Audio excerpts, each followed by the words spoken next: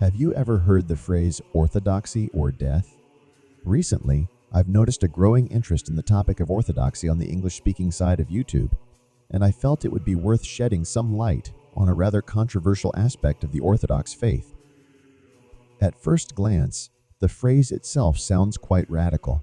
Its origins trace back to Mount Athos, the spiritual center of Eastern Orthodoxy, where traditions and dogmas are strictly preserved. It was there, at the end of the 20th century, that Athonite monks began to use the phrase orthodoxy or death. It wasn't a political slogan or a call to violence. It was more of a spiritual formula, a declaration of their readiness to die rather than betray their faith. The phrase gained particular momentum during debates around ecumenism, efforts to bring orthodoxy closer to Catholicism and Protestantism. For conservative monks on Athos, such steps looked like compromise with heresy. The most radical stance was taken by the monks of Esphigmenou Monastery. They stopped commemorating the Patriarch of Constantinople in their liturgy, which, according to Orthodox canons, is equivalent to breaking ecclesiastical communion. The monastery hadn't taken such a step for centuries, but for these monks, it became a matter of conscience. It was on the walls of Esphigmenou that the inscription orthodoxy or death first appeared. After that, pressure began to mount. The ecumenical patriarchate declared the Esphigmenou monks to be schismatics, and legal proceedings were initiated against them. Authorities on Mount Athos cut off their electricity, tried to block food supplies, and formally transferred the monastery buildings to a new brotherhood-obedient monks brought in from outside. The monks refused to leave, despite threats and conditions that resembled a siege. Some of them faced criminal charges.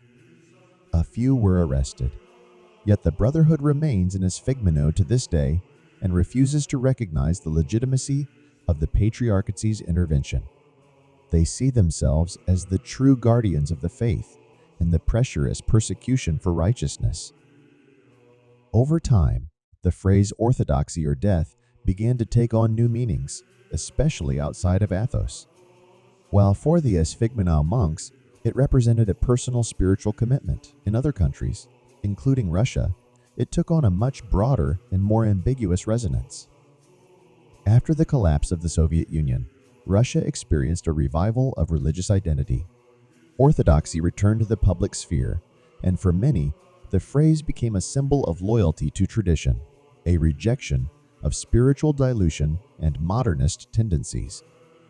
At the same time, the phrase began to appear in various circles, from sincerely devout laypeople to radical groups that used it as a slogan of aggressive confrontation against heresy, against the West, against liberal values. Sometimes it even popped up in street culture, at rallies, or within football fan movements stripped of its religious meaning, simply as a symbol of toughness.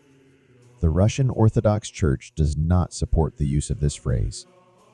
In March 2009, Patriarch Kirill of Moscow openly warned against preachers who use such slogans in his sermon on the Sunday of Orthodoxy.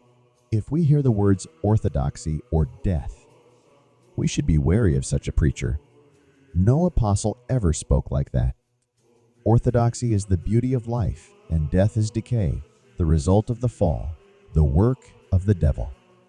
In the eyes of such people, you will find no love, only the fire of pride. Nevertheless, some believers hold a different view.